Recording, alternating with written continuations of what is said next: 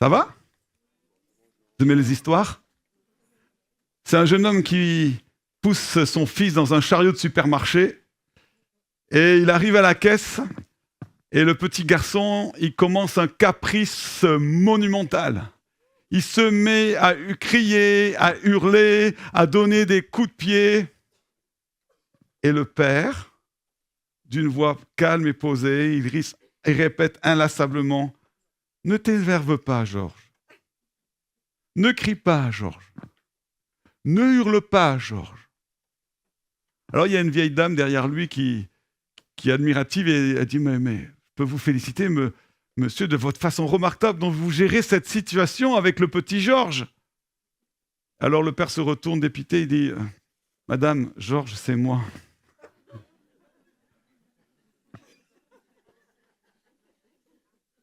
Parce que le premier qui craque, c'est pas toujours celui qu'on croit. Hein. Et parfois, c'est celui qui est censé tenir la barre. Vous vous reconnaissez un petit peu, les parents, ici, là? Les grands-parents, les enseignants, les animateurs? On a tous vécu ça au moins une fois. Hein. On veut rester calme, posé, bienveillant, et puis soudain, sans prévenir, on explose. Et puis après, on se culpabilise. On se dit « Ah !» Frères et sœurs, il faut qu'on parle vrai aujourd'hui. Parce qu'on a un vrai problème aujourd'hui en France avec la parentalité. J'écoutais il y a quelque temps une émission sur France Inter sur Grand bien vous fasse et il consacrait le dossier sur le burn-out parental. C'est un thème qui fait la une des journaux féminins depuis quelques années et il y a même des livres qui ont été écrits là-dessus, la dépression qui est liée au fait d'être parent. Alors certains ils racontent que les parents arrivent, ils sont en consultation, ils sont effondrés, ils sont épuisés, et lorsqu'ils racontent l'enfer qu'ils vivent avec leurs enfants, on imaginerait un espèce de monstre qui est arrivé, qui a pris ses quartiers dans leur foyer, et le monstre qu'ils dépeignent, c'est un petit gamin de 2 ou 3 ans. On est la première génération de parents qui a peur de ses propres enfants. Alors, laissez-moi vous donner quelques chiffres pour vous comprendre un peu ce qui se passe. La moyenne de la maternité, elle est passée, en 2024, elle était de 31,1.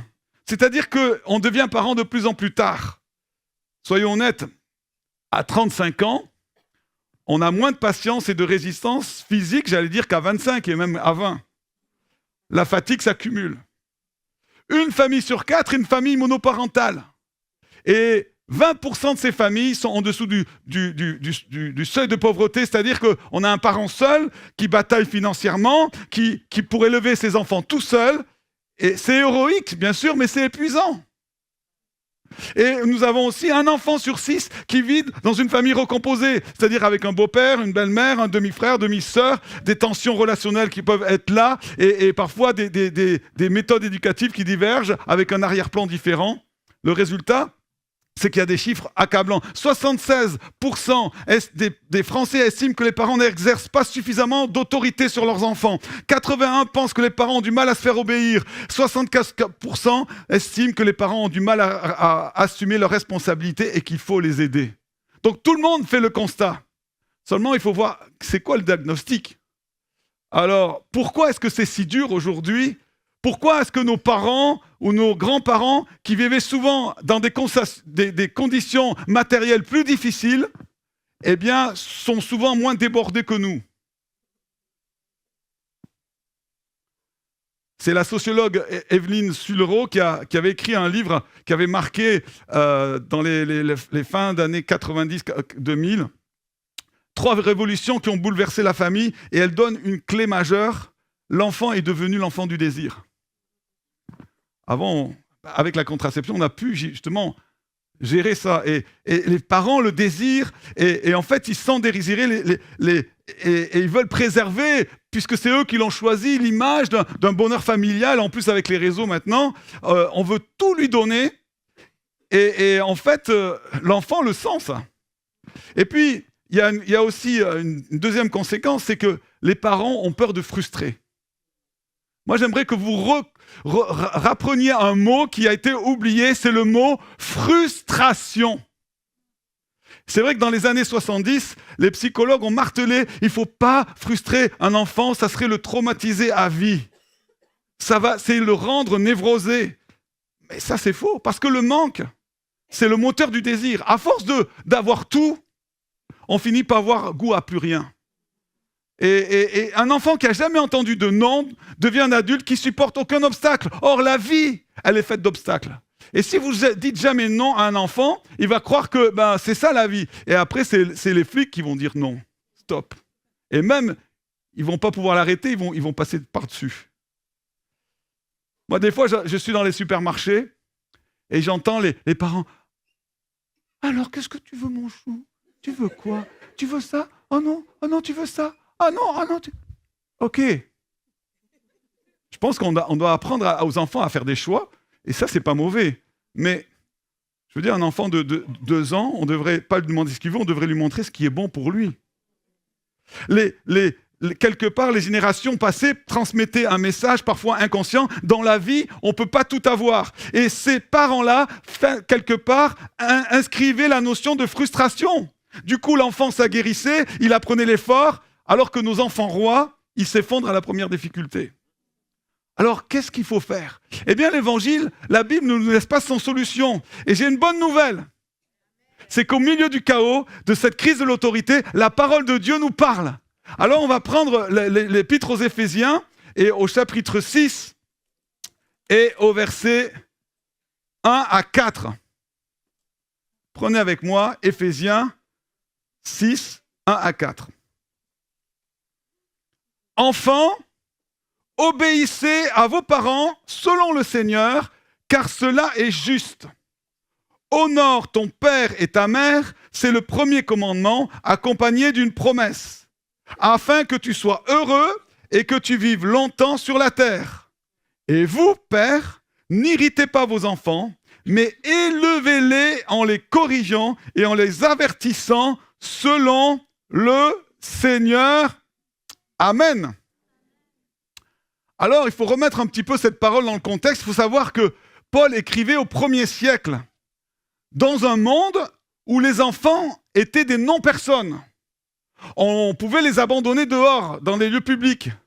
Le père romain, en fait, il avait ce qu'on appelait le patria potestas, c'est-à-dire le droit de vie et de mort sur ses enfants. Et on appelait ça l'exposition. On pouvait, s'il n'était pas content, s'il était désobéissant, si il le trouvait trop maigre ou quoi, on pouvait l'abandonner et on pouvait le vendre comme esclave, on pouvait le tuer.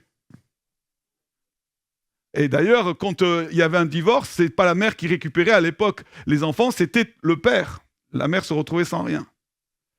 Paul, il va faire dans ce texte qui nous paraît tout simple, une révolution. Il va s'adresser directement aux enfants, comme des personnes morales et moralement responsables. Il va dire au père, attention, stop à votre pouvoir absolu, il n'existe plus devant le Seigneur. Et on va voir là 2 mouvements.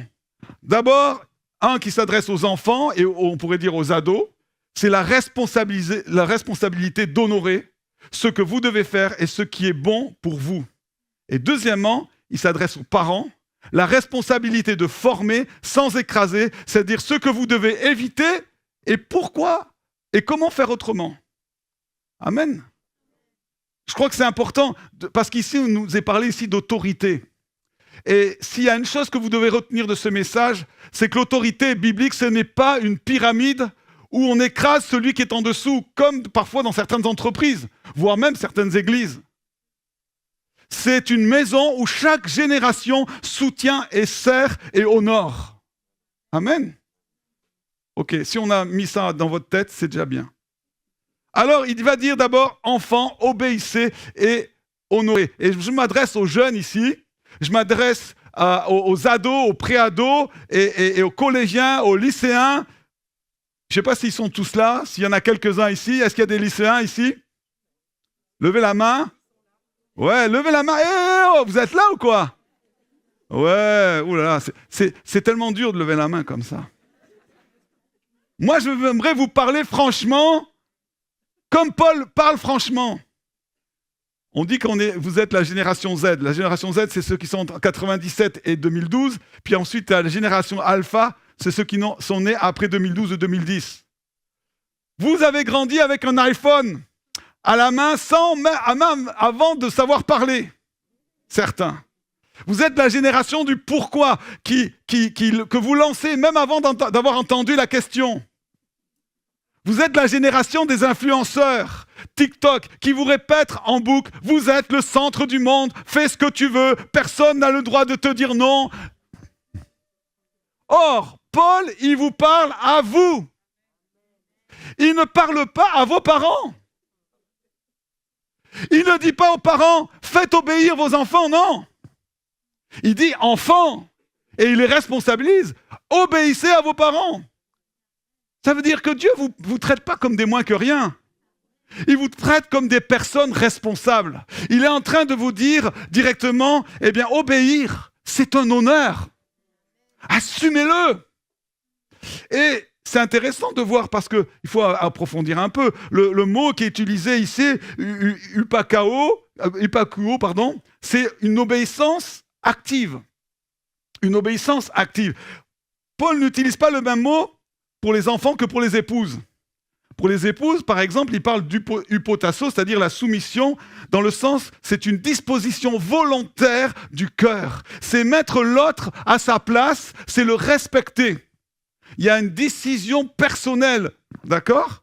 Alors que pour les enfants, le mot signifie écouter se placer sous l'autorité de quelqu'un, ce qui n'est pas le cas pour les épouses. Surtout d'obéir par l'action. Pourquoi c'est la différence ? Parce qu'un enfant, il n'a pas encore la maturité spirituelle, intellectuelle pour discuter toutes les décisions. L'enfant, il est en formation en fait. Alors il faut être concret. Qu'est-ce que ça veut dire obéir à ses parents ? Qu'est-ce que ça implique ? 3 choses simples. On va être simple, basique. 3 choses simples. Mais pas faciles. D'abord la première fois. La première fois qu'on te dit « Range ta chambre, éteins la tablette, viens manger », tu le fais. Pas après qu'on l'ait dit 10 fois. Pas après que la voix de ta mère, elle est passée de 3 octaves, « Tu viens manger !» Pas après que le père, il dise « 1, 2, 3 ». Non, la première fois, tu obéis. C'est ça. Je savais que les parents, ils allaient dire amen. Deuxièmement, sans négocier systématiquement. Tu peux poser la question polie, est-ce que je peux finir ma partie ? S'il dit OK. S'il dit non, c'est maintenant, alors tu arrêtes. Ton parent, c'est pas un marché. Ton parent, c'est pas un adversaire que tu dois battre en renégociation. Plus tard, tu feras ça quand tu seras un job. Mais là, non. C'est ton père, c'est ta mère, tu négocies pas. Et troisièmement, tu le fais avec bonne attitude. C'est-à-dire pas en levant les yeux, pas en soufflant comme une locomotive, là. Pas en claquant la patte, pas en marmonnant dans ta barbe. Ouais, c'est nul. Enfin, ta barbe, ton duvet, quoi.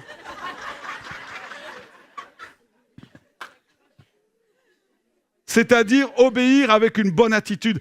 C'est reconnaître l'autorité que Dieu a placée au-dessus de toi est bonne.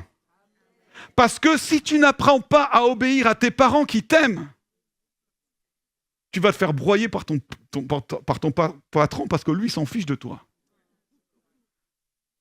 La vie, elle va te former de gré ou de force, autant que ce soit à la maison en fait, dans un contexte normalement bienveillant. Alors, il est quand même dit selon le Seigneur, parce qu'il y a quand même une limite à l'obéissance. Paul ajoute une clause selon le Seigneur, c'est-à-dire que votre obéissance à papa et maman s'arrête là où contredit l'obéissance à Dieu. Comme le disaient d'ailleurs Paul et Pierre et Jean, il vaut mieux obéir à Dieu qu'aux hommes.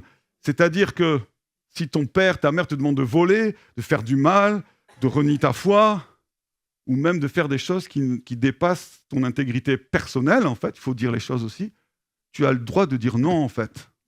OK? Mais attention, ça ne vous donne pas le droit de jouer avec ça, surtout les ados. Hein. Dieu contre mes parents. S'il vous demande de faire la vaisselle, oui, mais Dieu me demande d'aller prier. Non, non, tu fais la vaisselle, et pendant que tu fais la vaisselle, tu peux prier. Hein. Non, je rigole, mais c'est important. Mais Paul, il va plus loin que simplement obéir. Il dit honorer. Et il cite, et c'est intéressant, le 5e commandement. Honore ton père et ta mère. Et il fait une remarque théologique vraiment fascinante. C'est le premier commandement avec une promesse. Ce commandement, il est unique. Et c'est intéressant parce que dans la tradition juive, vous rangeriez honore ton père et ta mère avec l'attitude envers les autres. Vous savez, les 10 commandements, vous en avez 4 qui parlent de Dieu avec le sabbat. Et puis après, vous avez tu convoiteras pas ton prochain, tu commettras pas adultère.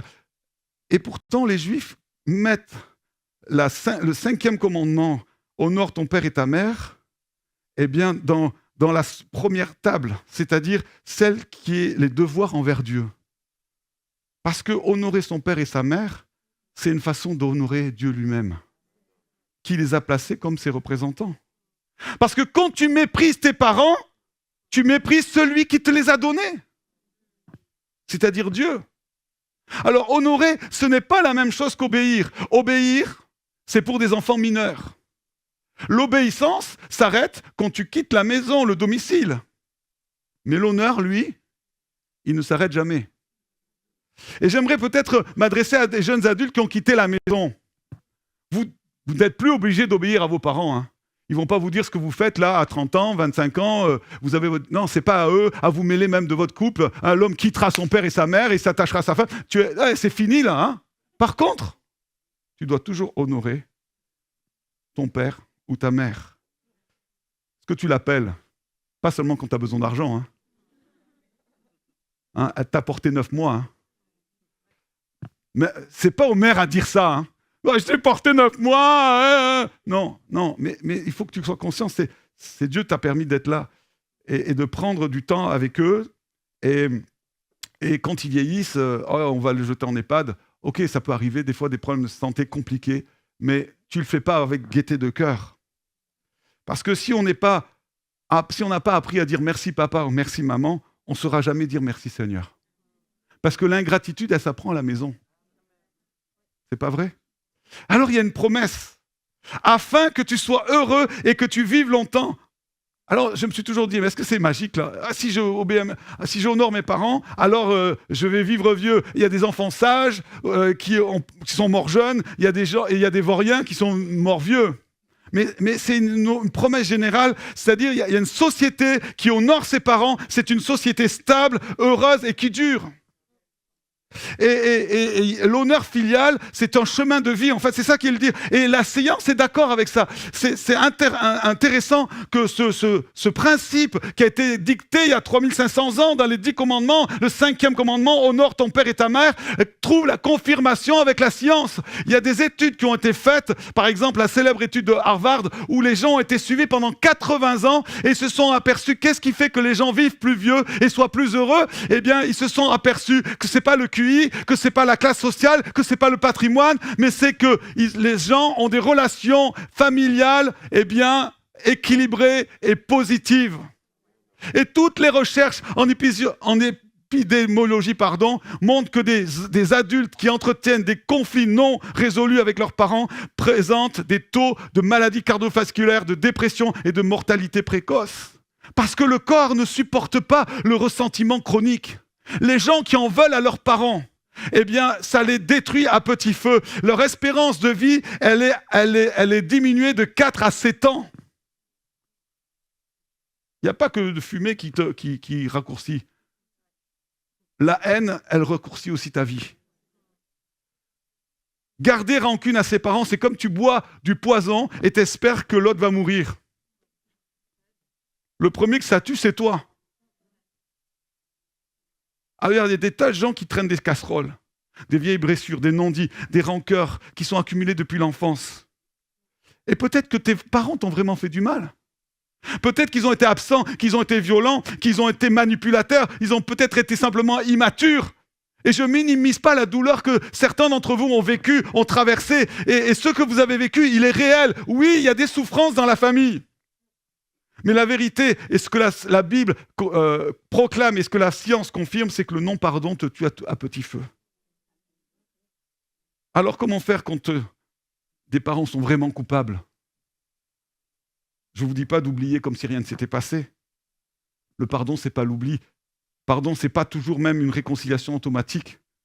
Parfois, pour se protéger, il vaut mieux poser des limites saines.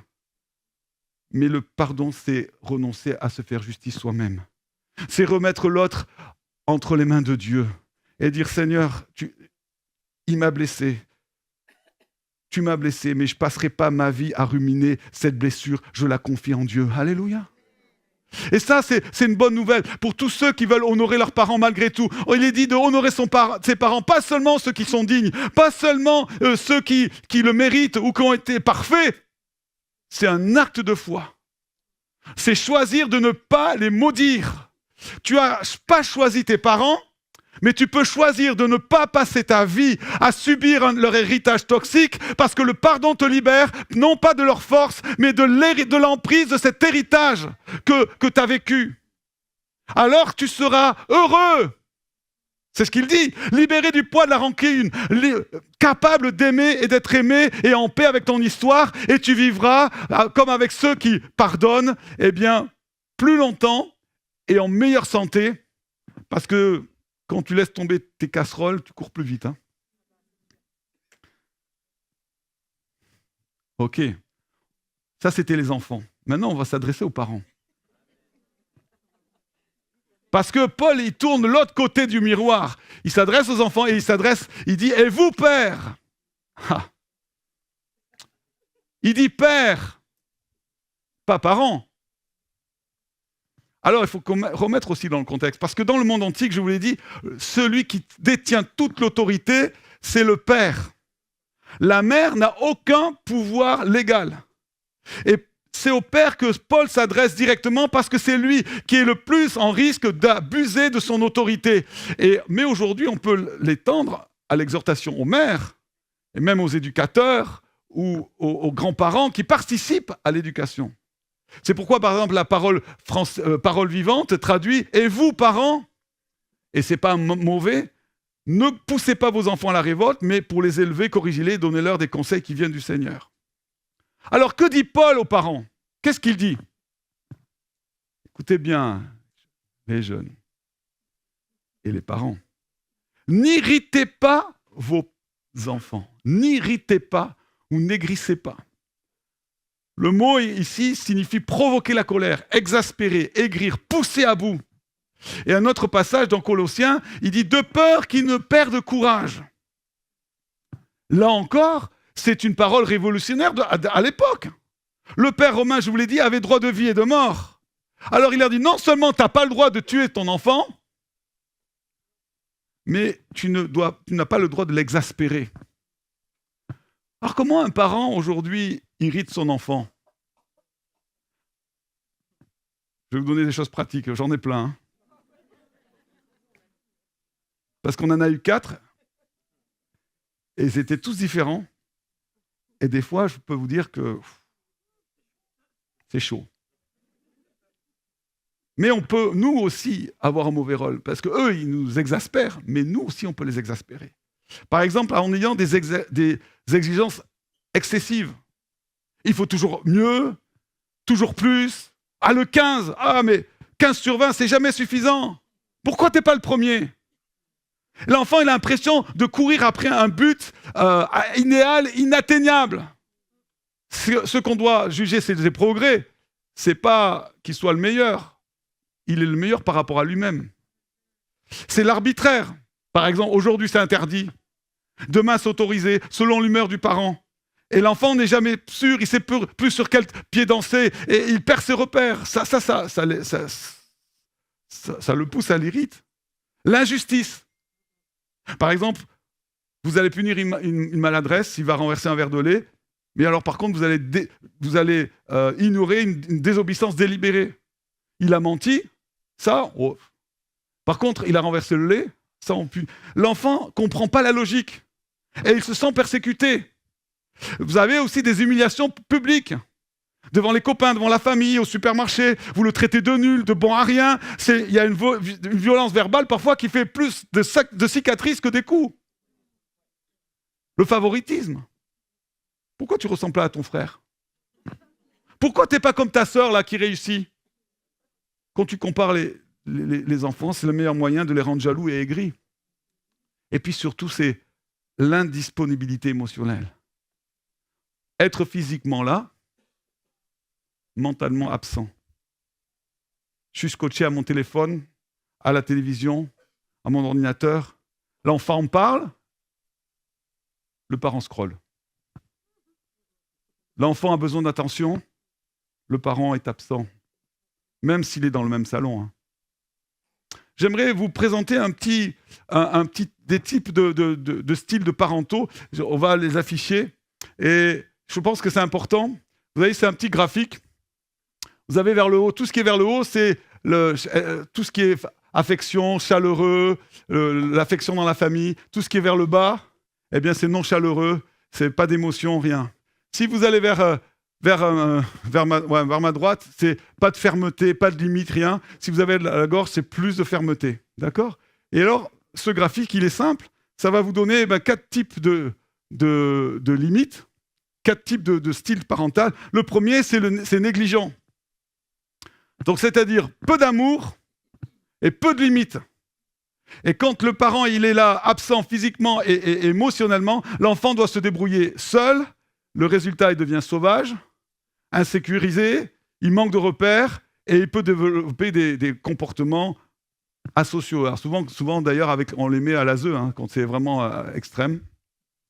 Et puis, il y a une deuxième, c'est le style de parent autoritaire. On pourrait dire tyrannique même. C'est-à-dire peu d'amour et beaucoup de limites.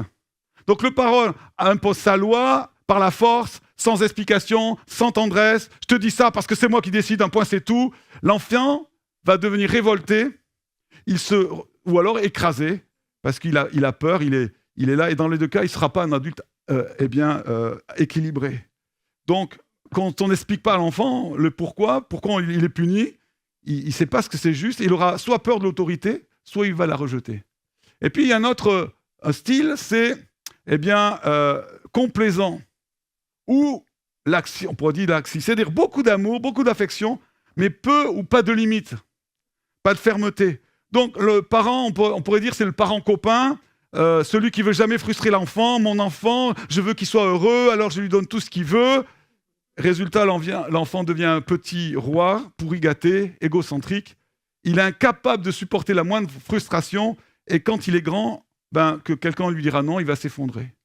Et puis, il y a le quatrième, c'est-à-dire l'autorité bienveillante. C'est-à-dire beaucoup d'amour, mais des limites claires et fermes. Et ça, c'est le modèle biblique. C'est-à-dire que l'enfant sait qu'il est aimé d'une manière inconditionnelle, mais il sait aussi qu'il y a des règles à la maison et que ces règles seront appliquées avec constance et justice. Le résultat, l'enfant se sent sécurisé, il a des repères, il grandit en maturité et en responsabilité. Et j'aimerais vous dire que l'autorité bienveillante, ce n'est pas être gentil, c'est être juste. La justice éduque plus que la gentillesse.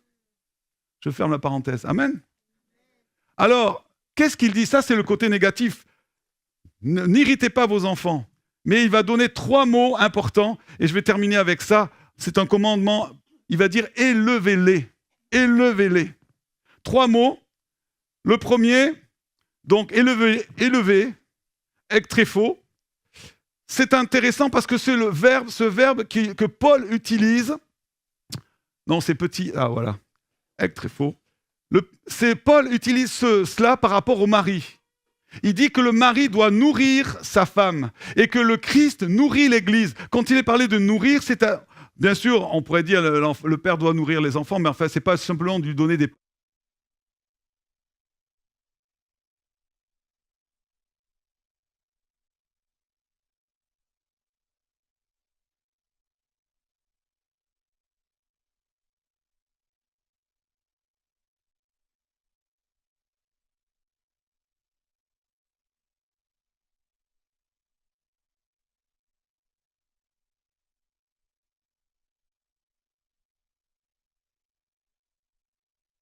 Les mamans aussi. Hein. Et je l'ai été. Je suis toujours. Hein. Mais vous avez une seule envie, c'est vous affaler sur le canapé et vous...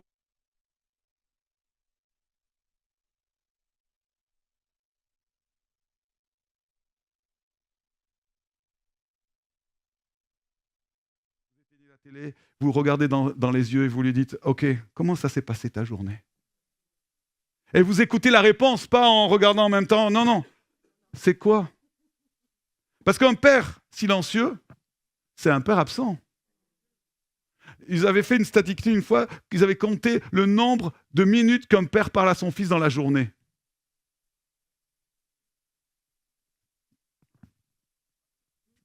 Dites-moi. 4 minutes. En moyenne. Il y en a qui parlent plus. Parce qu'ils arrivent. Range ta chambre, t'as rangé t'as fait tes devoirs? Hein? Bon, ok. Hop.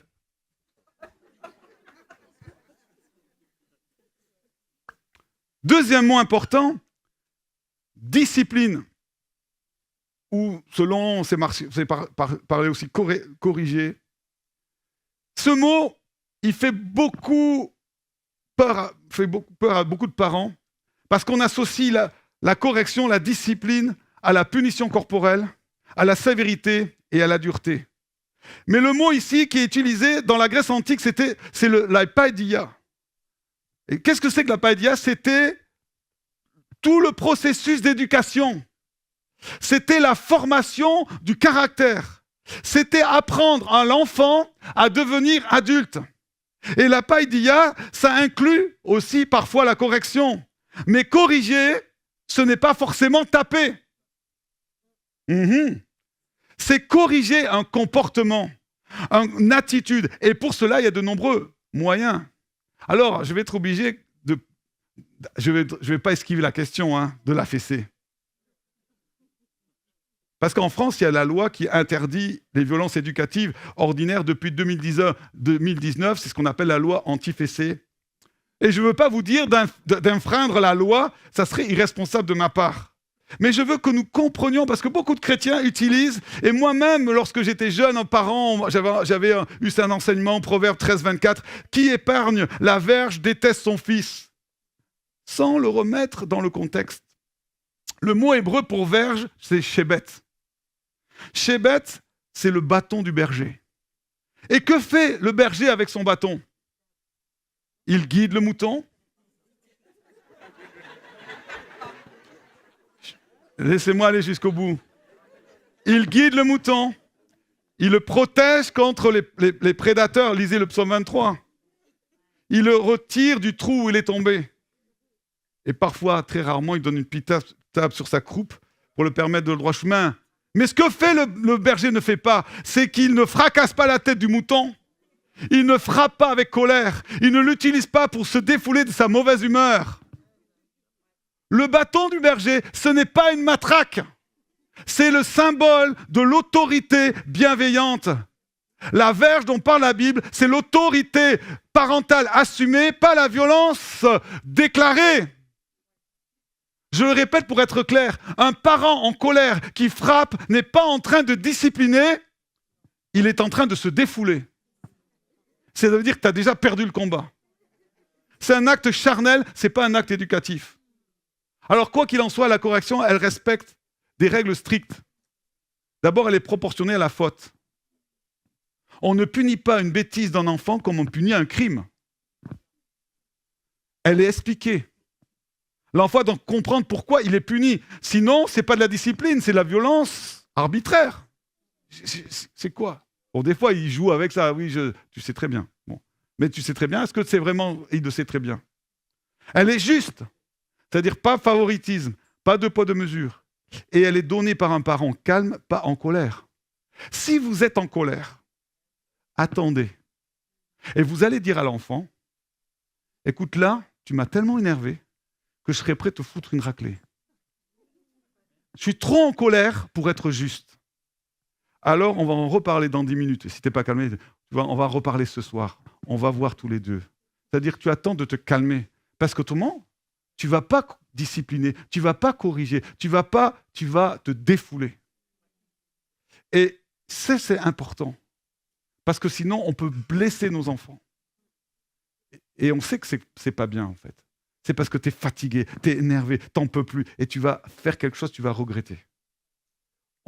Et un autre point, avant d'aller au troisième mot, il faut faire une distinction entre la maladresse et la désobéissance. On ne punit pas une maladresse. Je disais tout à l'heure, un gamin, il renverse un verre de lait, c'est maladroit, c'est pas méchant. On en prend l'enfant à nettoyer. Tu as renversé, eh bien tu vas nettoyer. Et je lui apprends. Je ne le punis pas parce qu'il a renversé. Il a fait parce que toi, ça t'arrive pas de renverser quelque chose ou de te tâcher. C'est pas vrai. On va te punir pour ça. Toi, normalement, tu devrais manger correctement, mais le gamin, bon. Par contre, on punit la désobéissance délibérée. Il ment sciemment. Il frappe son petit frère en connaissance de cause. Tu lui avais dit de ne pas jouer à la balle dans le salon. Il l'a fait. Il a cassé le vase. Tu ne le punis pas parce qu'il a cassé le vase, parce que ça peut t'arriver. Tu le punis parce qu'il a désobéi quand tu lui avais dit de ne pas jouer. Donc c'est la désobéissance qu'on doit punir, pas la maladresse. Si tu punis les maladresses comme une faute, l'enfant devenant anxieux. Il s'est dit, qu'est-ce que... Oh, Et si tu ignores la désobéissance, ton enfant deviendra un tyran. Alors le dernier mot, c'est instruction. Instruis-le. Noutésia, c'est-à-dire l'éducation par la parole. Expliquer le pourquoi des choses. C'est-à-dire, pas se dire c'est comme ça, c'est pour ça. C'est prendre le temps d'enseigner. Un père chrétien ne doit pas être un taiseux qui gronde.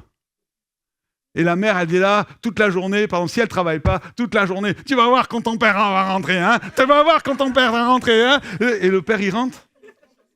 Ah ouais, il a le mauvais rôle. Allez, c'est lui. Non, il faut expliquer. C'est un enseignant. Parents, vous êtes des enseignants, vous êtes des catéchètes. Vous devez enseigner vos enfants, leur parler de Jésus, leur raconter des histoires de la Bible avant de se coucher, expliquer pourquoi vous croyez ce que vous croyez et montrer que votre vie de foi, ce n'est pas une option et je viens à l'église, mais tout le reste de la semaine, je fais n'importe quoi. Ça, vous savez, les enfants sont les meilleurs détecteurs d'hypocrisie. Ils vous regardent, ils voient si vous priez, si vous lisez la Bible, ils voient comment vous traitez votre conjoint, comment vous traitez votre voisin, comment vous conduisez pour aller au culte de dimanche matin. Et ils savent si vous êtes à table avec votre téléphone et vous ne vous intéressez pas à ce qu'ils disent. La foi, elle ne s'irrite pas par les gènes, elle s'irrite par l'exemple. Et le centre de gravité, encore ici, c'est selon le Seigneur. Élevez-les en les corrigeant, en les avertissant selon le Seigneur. Ça veut dire que ce n'est pas les modes pédagogiques du moment, ce n'est pas l'ambition sociale, je veux que mon fils il soit avocat ou médecin, ce n'est pas juste de mes propres angoisses résolues, oh si jamais j'aimerais qu'il soit comme ça. Non, le but de l'éducation chrétienne, ce n'est pas que nos enfants soient sages. Excusez-moi, hein. Ils seront sages peut-être parce qu'ils auront peur des punitions. Le but, c'est d'avoir des enfants qui aiment Jésus de tout leur cœur, de toute leur force, de toute leur pensée, et qui aiment leur prochain comme soi-même. Parce que s'ils aiment Dieu et s'ils aiment leur prochain comme soi-même, alors ils feront certainement moins de bêtises. Amen. Alors j'aimerais terminer par une parole d'espérance, parce que je sais que des fois, ça c'est un sujet tellement sensible. Pour ceux qui pensent peut-être avoir tout raté. Parce que cette semaine, vous êtes mis en colère. Peut-être que vous avez hurlé sur vos enfants. Peut-être que vous avez favorisé l'un ou l'autre. Peut-être que vous êtes fatigué, épuisé. Même vous avez pensé à fuir des fois, de fuir tellement c'est lourd. J'aimerais vous donner une bonne nouvelle. L'évangile, c'est pas pour les parents parfaits. C'est pour les parents qui craquent. Et il y a deux erreurs. D'abord, la culpabilité paralysante en disant « Ah, j'ai tout raté, mon enfant c'est foutu, je ne peux plus rien faire, il est adolescent, j'ai plus aucune influence. » Stop! Dieu fait des miracles. Regardez, David, meurtrier, adultère. Il a donné Salomon le plus sage. Abraham, il a quand même été un lâche qui a livré sa femme à un roi étranger pour sauver sa peau. Et il a donné Isaac, le fils de la promesse. Et puis, deuxième erreur, c'est le laxisme par peur du conflit. Parce que pourquoi les gens sont laxistes parfois? Parce que si je dis non, il va m'envoyer balader, il va me détester. Je préfère pas pour garder la paix dans le foyer. Il y a un poème que j'ai souvent lu, je vous donne un extrait, c'est Erma Bombeck, vous pourrez la lire. C'était une mère américaine qui a fait ça depuis pas mal d'années. Ça devrait être encadré dans toutes les maisons chrétiennes. Elle dit « Je t'ai aimé assez pour te demander où tu allais, avec qui et à quelle heure. Je t'ai aimé assez pour te laisser trébucher, tomber et parfois te faire mal.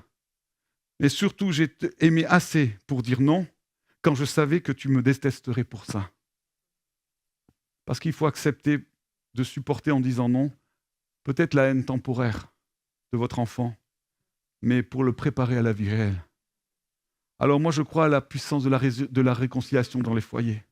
Je crois à la puissance du pardon. Parfois, il faut demander pardon à nos enfants. Excusez-moi. Il n'y a pas que les enfants qui doivent nous demander pardon. Si on n'a pas été juste, si on n'a pas été correct. Et parfois aussi, il faut que les enfants nous demandent pardon. Parce que la famille, c'est un atelier de réconciliation. J'aimerais vous dire quelque chose. Aucune famille n'est parfaite. Ni la vôtre, ni la mienne. Mais j'ai une bonne nouvelle, on a un Père parfait. Lui, il ne craque jamais. Lui, il est patient. Lui, il est juste. Lui, il est aimant. Jésus-Christ, il nous a adoptés, il nous a pardonnés et il nous donne la force pour recommencer. Alors j'aimerais vous dire, les ados, ils sont où? Parce que maintenant, on va mettre en pratique. Une seule chose, un seul défi cette semaine. Votre défi, obéissez au premier coup. Comme si vous obéissiez à Jésus. Parce que c'est le cas. Deuxième, pour les parents, identifiez la façon dont vous irritez votre enfant. Que ce soit la critique, les cris, la culpabilisation, l'injustice, le favoritisme. Et décidez de changer au moins une chose. Je ne demande pas de tout changer parce que il y aura du boulot. Mais dire, Seigneur, ça là, je ne veux plus le faire. Tu vas m'aider. Et souvenez-vous que l'évangile, eh bien, il est plus grand que nos échecs. Jésus a payé pour nos colères, pour nos impatiences, pour nos injustices, et sa résurrection nous donne la force de repartir à zéro. Alors on va prier ensemble. Seigneur, prions, recueillons-nous quelques instants. Toi qui as su obéir à tes parents, tu as grandi en sagesse, en force, en intelligence. Donne-nous, Seigneur, cette grâce. Seigneur, je prie pour les enfants, les ados, les jeunes adultes, qu'ils puissent honorer leurs parents. Et je prie aussi pour que les parents puissent former sans écraser ou sans blesser. Seigneur, nous sommes aimés de toi, Seigneur. Tu es notre Père. Et je prie pour que nos maisons soient un avant-goût du ciel. Je prie, Seigneur, pour que ça soit un lieu où on s'honore au lieu d'écraser, un lieu où on obéit par amour, un lieu où la grâce coule. Seigneur, et tu vois ceux qui ont vécu des blessures à cause de leurs parents, parfois, qui n'étaient pas, Seigneur, corrects. Seigneur, qui étaient immatures, qui étaient blessants, qui étaient parfois même violents. Seigneur, nous voulons prier pour que ces hommes, ces femmes qui aujourd'hui sont devenus parents ne traînent pas ces casseroles.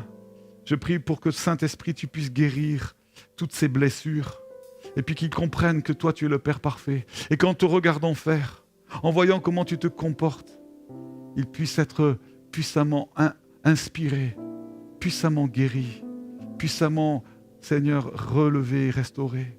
Seigneur, merci pour ta parole, parce qu'elle ne nous laisse pas dans le vide. Seigneur, elle nous donne des principes et nous voulons les vivre avec sagesse. Seigneur, nous prions pour chaque parent et particulièrement les jeunes parents qui sont là, qui viennent d'avoir un bébé. Seigneur, tu vois l'épuisement, tu vois la fatigue, tu vois la vie aujourd'hui tellement stressante. Je te demande de leur donner ta force. Tu les renouvelles. Et je te prie aussi pour les grands-parents, Seigneur, qui sont là et qu'ils ne soient pas, Seigneur, jugés ou ingérants dans la vie de leurs enfants et de leurs petits-enfants, mais je te demande que tu leur donnes une sagesse qui vient de toi, qu'ils sachent donner les bons conseils avec recul, Seigneur, et avec grâce. Seigneur, fortifie, Seigneur, cette Église, parce que nous sommes une famille et nous voulons nous soutenir. Nous voulons une maison qui n'est pas une pyramide, mais une maison où chacun se sert, se soutient et s'honore. Dans le nom de Jésus, nous prions. Amen.